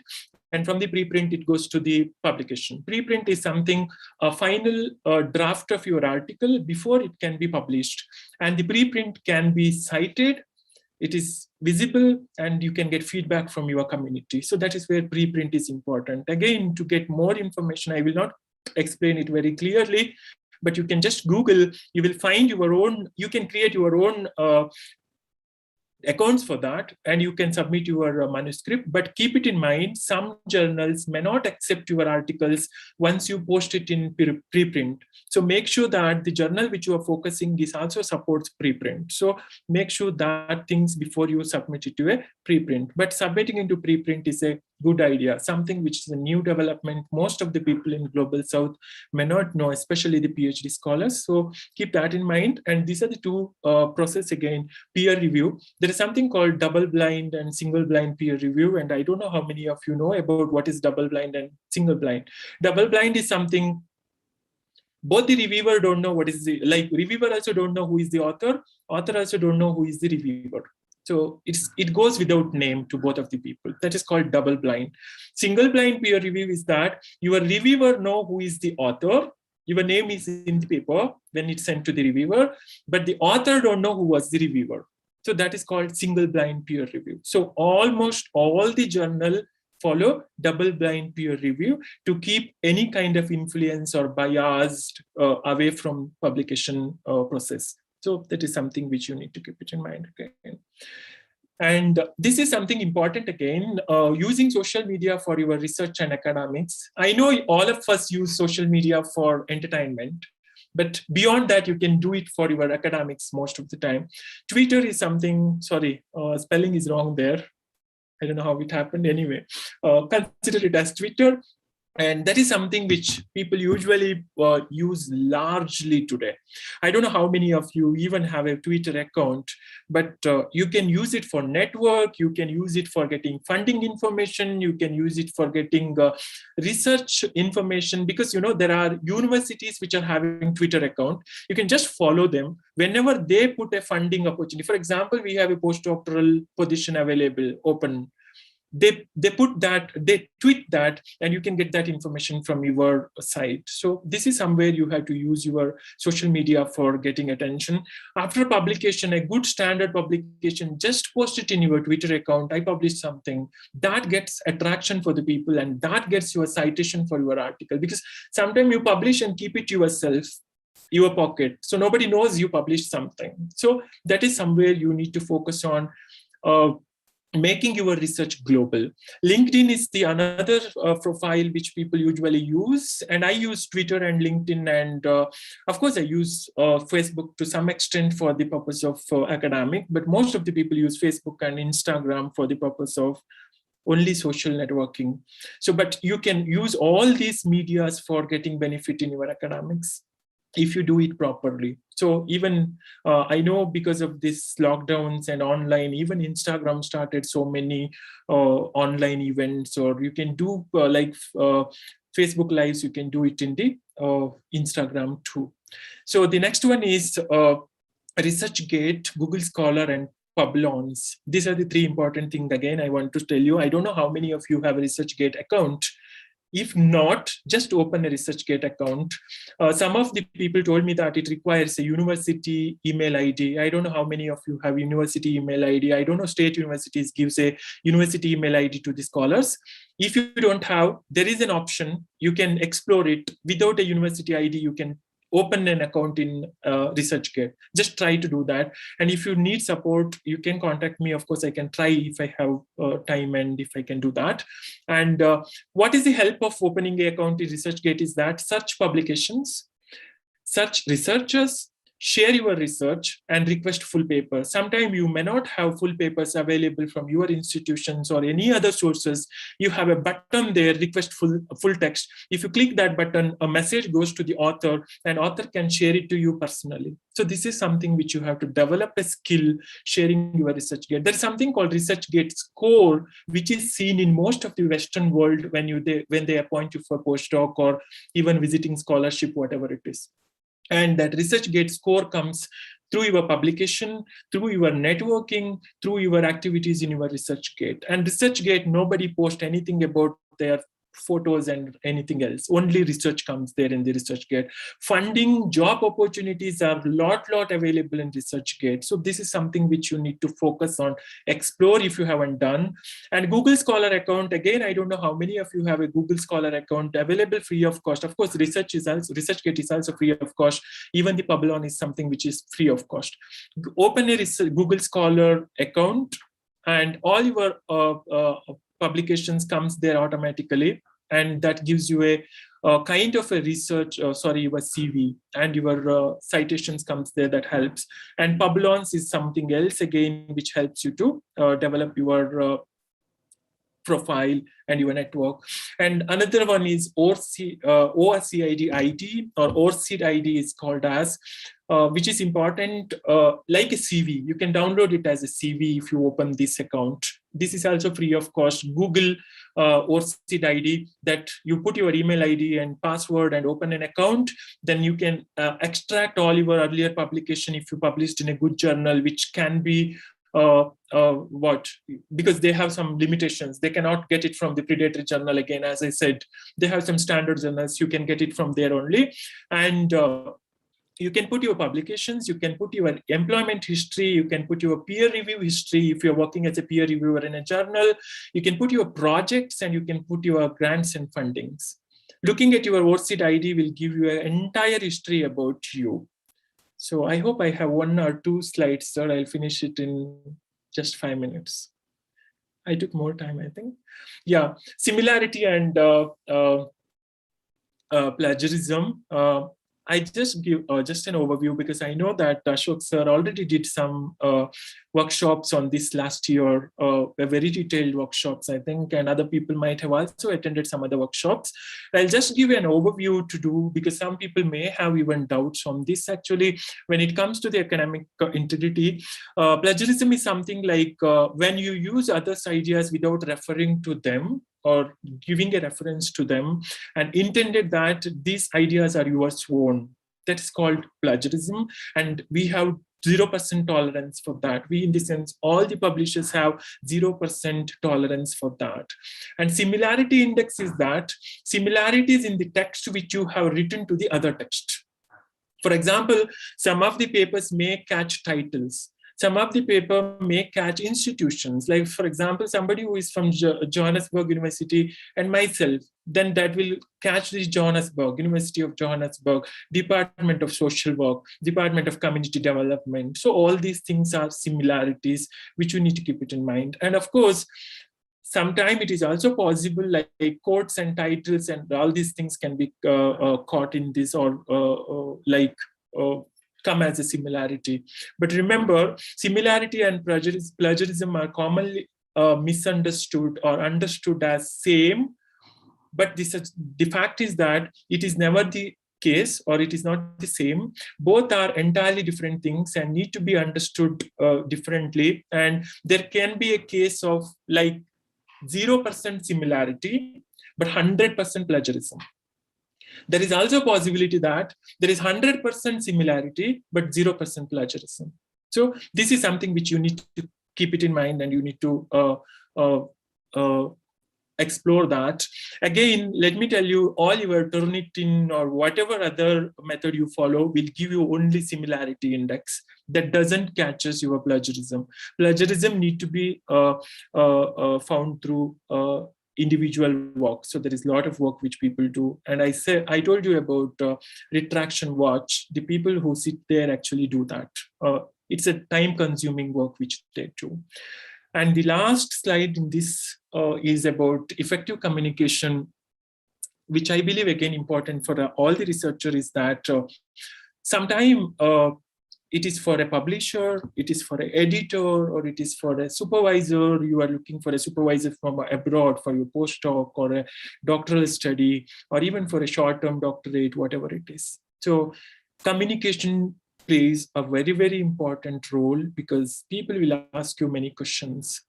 Recently, a student who was trying for a Fulbright short-term scholarship contacted me. Somebody gave her my number, I think. She contacted me and she asked me, I want to write an email to a university professor in Washington. Can you help me? So of course, there is something you can take help from all other people who are experienced. You can ask your supervisor, you can ask your seniors, but be careful when you write, you convince what you are trying to say, because that itself may turn off the people and they may not respond to you again. You should not lose opportunities for the purpose of communication. So develop effective communication. When I say develop some skills during your second year, it may also be communication skill. Sometimes it is also important, you ask something, people will not say no for you. Sometimes they will look for the opportunities which you can do. This is something which you need to develop. So being able to communicate the relevance and impact of your research discoveries, or can enhance scientists or researchers' ability to ensure funding or find a job. So funding is most of the time depends on your communication. When you send a research, tell them also, when you send an email, tell them also that what are the areas you have already explored, what was your research, what was your publication history, what is your aim to do something in life. All these things, if you can put in a short paragraph, definitely people will look at your email and respond back. And also there are some basic etiquettes in email communication which you need to follow. I do something sometime, like I get back to those people very lately if somebody send me an email without a subject line. So it happens most of the time when a professor who you approach may be very busy and may not have time to look into that. So clearly put subject line, what you are approaching for. Like, for example, will you be my supervisor? It's the best title for asking someone to supervise you. So people will get back to you on that. So keep this in mind, and also use a polite and polite tone throughout your email, even though you are angry. Sometimes some of my authors, because I work on 2 major reference works, and those people will write to me sometime in a angry tone that 6 months, 7 months we submitted, we didn't get a review report. Sometimes it happens, of course, but try to be polite throughout your email. And you should not lose an opportunity because of that. Be honest and clear about at the same time, and tactful. Whenever you mention something, be honest about that. And also, even if you disagree on certain points, this is, for example, when you respond to a reviewer comment for an article, but you should not put it in a way that actually that should not hurt the views of a reviewer. So you should put that, I agree, but at the same time, this is what my stand on this particular point. That is something which you need to learn, and which you need to focus, and which you need to keep it with you for your academic development or academic finding the opportunity. Mostly depends on that. So collaboration and network, I didn't put something here. Of course, this is something which is again important one, which I believe is like, have you developed your network throughout your PhD or your doctoral studies? Make something where you go thereafter. And even because if your plan is to be in academics, the network which you develop comes with you throughout your academic life. So that is something which you need to keep it in mind. But be careful when you look at the network, because something who is a supportive one, and something who will encourage you for achieving, something who will not only get something out of that, but also has something to give in return. These are the things which you need to keep it in mind when you build your own network. But make sure that from the beginning till the end, you bring people together with you. And that's where actually the things happens. A lot of things happens in the group. As an individual, you may not may not be able to do that, but in a group you can do that. So go to conference, find people there. And when you complete your PhD, you can contact them again and ask them for funding opportunities, postdoctoral opportunities, whatever it is. That is how it is usually. Networking helps in the academics. So with this, I will complete mine. I hope I have tried to focus whatever I was expected to focus. And apology for taking more time. I think I took almost 2 hours, I think. So I hope it was not boring, of course. If there is a question, I'll be happy to address that. Thanks again for the opportunity.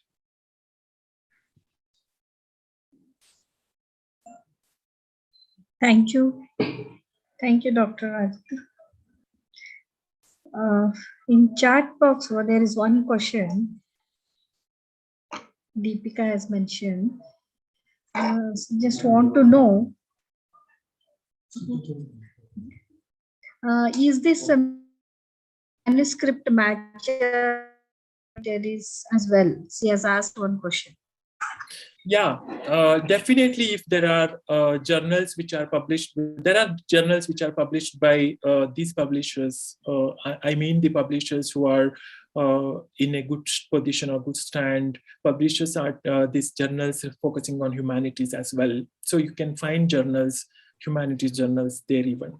So it works for all, of course. It even works for the science journals. But I think you need to select an option there when you go for there. So there is an option. I don't think we have enough time to show that. Otherwise, I would have tried that to show. And I thought, of course, I need to show that one and even preprint. But if you want me to do, I can do it in a minute.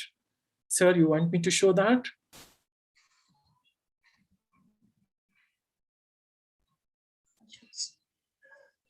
I don't.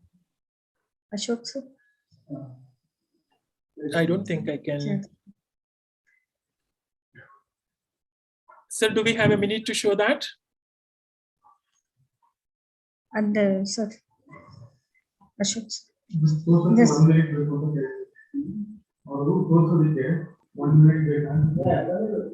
Yeah, you can just show it, Rajendra.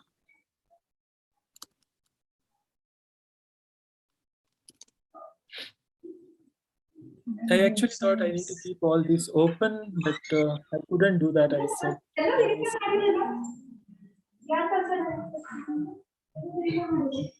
Mute ಮಾಡಿ sir. Santosh sir. Mute ಮಾಡಿ. This is what you open when you open your Web of Science. If you just Google, you will find Web of Science list, and see here it is the manuscript match. So if you click on this, you have to open an account. I don't think my account is open here and logged in. I don't think it will allow me to log in without accessing these options without logging in. But see here, you can search the journals. If you know particularly your journal name, you can search it here.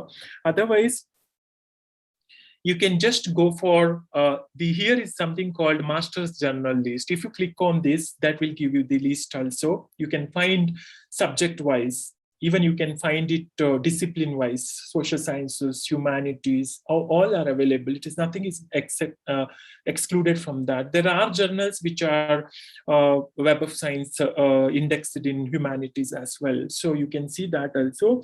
And also, you know, humanities in India and humanities in the rest of the world, like in the Western world, is something different. There is like, even here we have humanities and social sciences schools together, but in India we have School of Humanities is different and social sciences is different. So this is something which is different. You have to see. Sir asked me to explain about collaborative research between different disciplines, but I am sorry I could not focus on that because of the less time, I hope.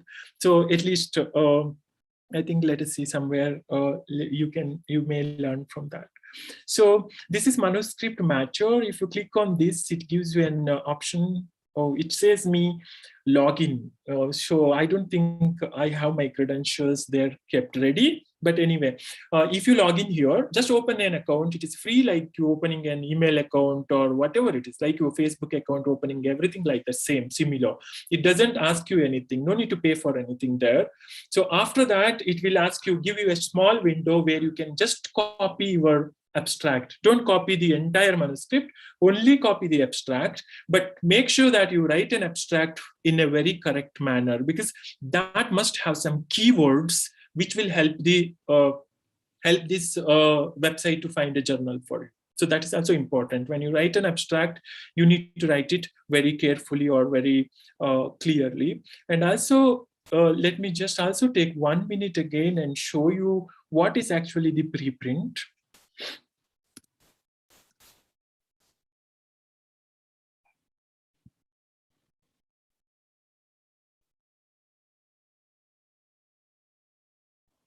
Sorry, let me go to the publishers and find.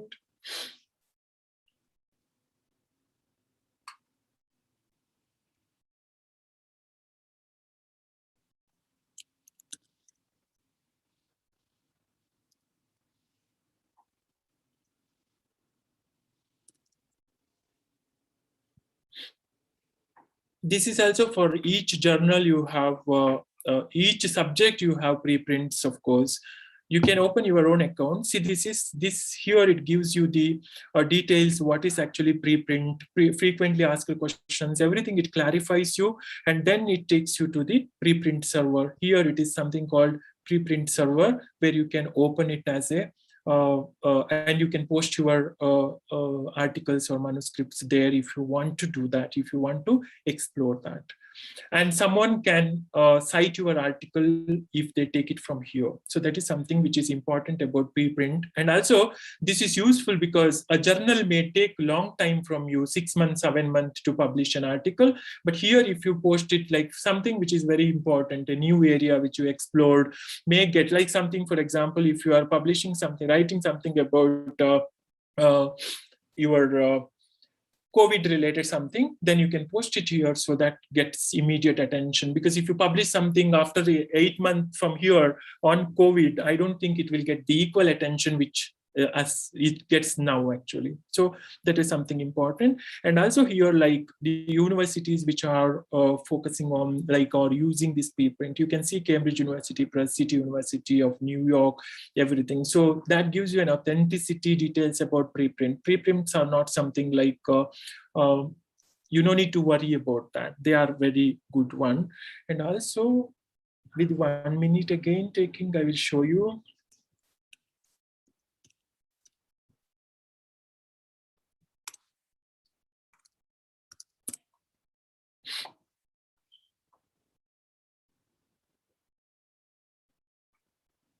This is an open access journal series which is published by the Springer.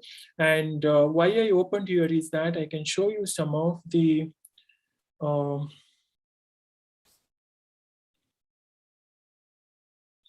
me just go back and see.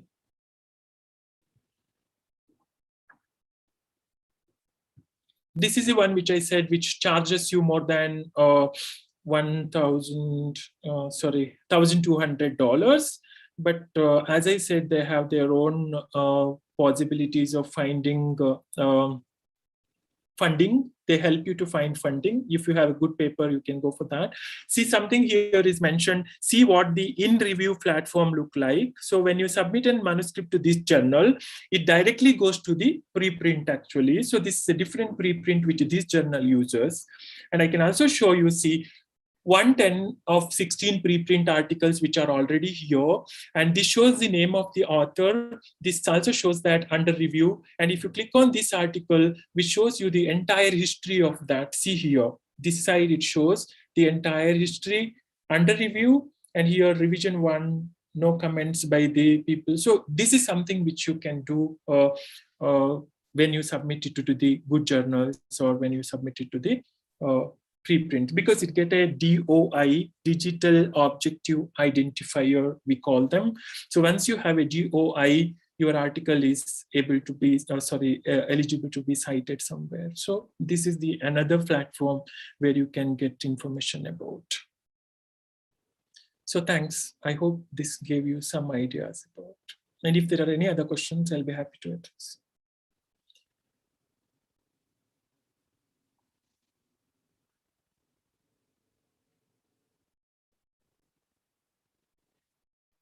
Rajendra, there is Yes. another question. Just Girish and Venkatesh want to know how to use ResearchGate account without institutional or university ID. Yeah. Let me tell you, I don't have a ready-made answer for that, but I know it is possible, because when I asked my students to open an account, majority of them came back to me and told me that, sir, we cannot do that. But I even remember I got an institutional ID when I went to Hebrew University of Jerusalem. Till that, I didn't have an institutional ID for me actually.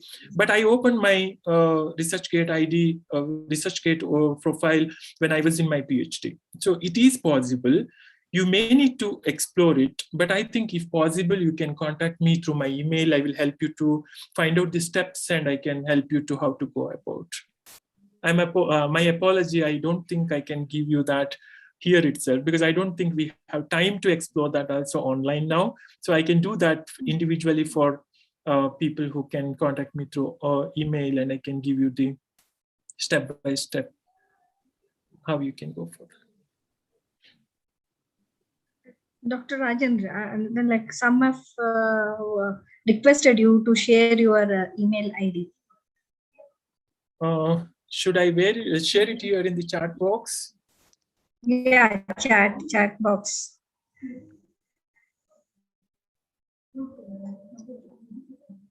And most of the Yes.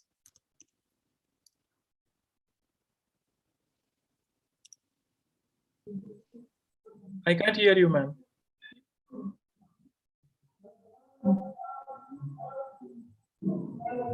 okay.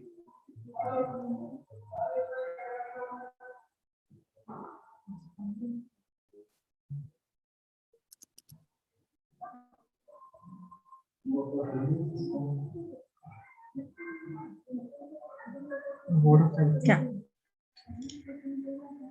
Rajendra? Yes, ma'am. You Yes. can just share your email. Yeah, I'm trying to do that, but here I'm trying Yes. to do it. Everyone. Yeah, yes. An option here. Just a minute. Thank you very much, Rajendra. It was wonderful and interesting, very practical. Most of them have appreciated your representation. Thank you for that. And thank you very much for sharing your personal experience also. Thank you. Now I request Sidlinge Chudrali sir to propose a vote of thanks. Yeah. There is one more question if I can. Vidrali sir. Rajendra, there are no much questions. One question. It's like whatever question was asked. In this slide, OAAPC, what is one? it? Yeah, I Yeah, can clarify. I can clarify that. Article processing. Yeah, you can just reply to that. Article processing charges. Article processing charges is a publication charge which they charge you for publishing an article for open access. See, there is a difference. Like when you publish an article in a traditional journal, you don't pay anything for that, but your reader pays for reading the journal. And in an open access journal, you pay for publishing the article. Your reader doesn't pay anything. He or she reads it free of cost. This is the difference between a traditional publishing and an open access publishing. And in a traditional publishing, you will have a limited reach because not everybody has the subscription for your journal. For example, I don't know how many of institutions in India has subscription for British Journal of Social Work, because they need to pay for that, even Indian Journal of Social Work. But if it is an open access journal, you can publish in that. You need to pay for that, of course. As I said, article processing fees or article processing charge, $1,200, or sometimes it is less. Even I said zero. Sometimes they may completely exempt it for you, but you have to look for the funding for that, or you have to look. Some of the journals has a commitment for the people from global south, like India, or even other countries like Nigeria, this Bangladesh, or even South Africa. All this comes as a developing countries. They give a complete exemption for them, but you need to see that where it is applicable and how you can get that. So that is something which is important for you. So, but don't confuse that payment or that charge with the charge which you pay in Indian journal somewhere like 2,000, 3,000. That's what the point I wanted to make sure to you, because this doesn't mean that they take you $1,200, but they don't publish your article overnight. For example, the screen sharing which I showed you there, the last one, which says that article is in review still now, but it is in preprint, and that is a completely open access journal where somebody need to pay $1,200 to publish an article. But they follow the entire process of publishing without any compromise in that. All the ethical things will be taken care of. All the peer review procedures will be taken care of. So without all those things, they will not publish you. But these 2,000, 3,000 or 1,000 rupees one, actually, they don't send you for a review even. You don't get any comments from other people. You submit it to the publisher or the editor. Tomorrow you will get your paper ready and published, even in print or in online. So that is the difference between article processing charge and open access publishing. I hope I clarified. Yeah. Thank you so much, Rajendra. Thank you. I think there are no more questions. I request Sidlingeshwar Bidrali sir to propose vote of thanks. Bidrali sir. Madam. Yes. Hello, madam. Yeah. You can propose vote of thanks. Yes, madam. Yes, madam. I would like to submit gratitude to the all dignitaries and participants. Here we are Planning, Monitoring and Evaluation Board and the Department of Studies in Social Work have jointly organized a one-day national web seminar on roadmap for achieving quality academic outcomes during the doctoral studies.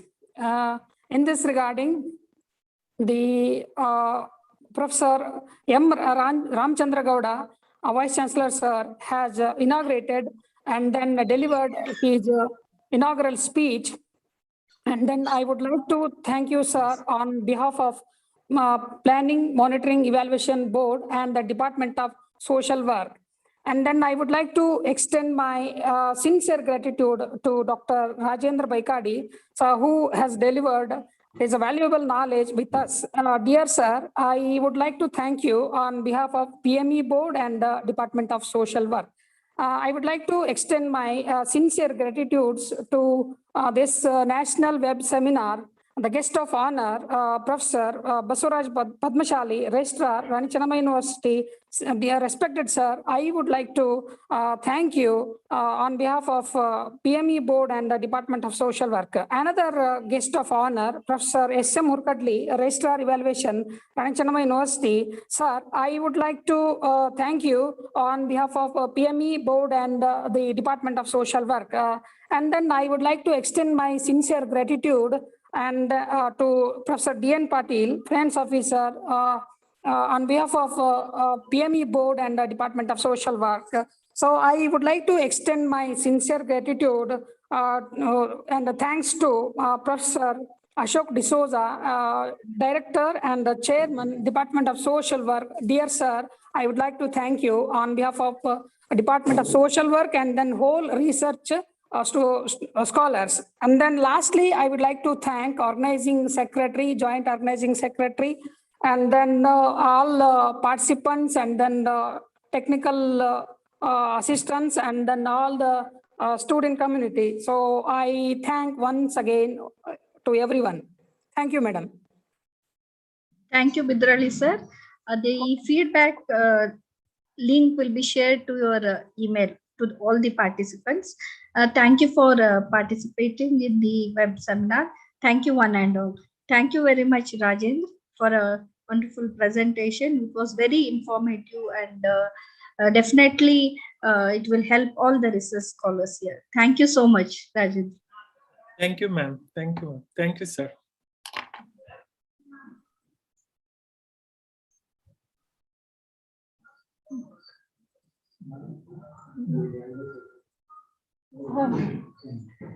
Thank you. We'll end this session now. Thank you so much. Thank you one and all.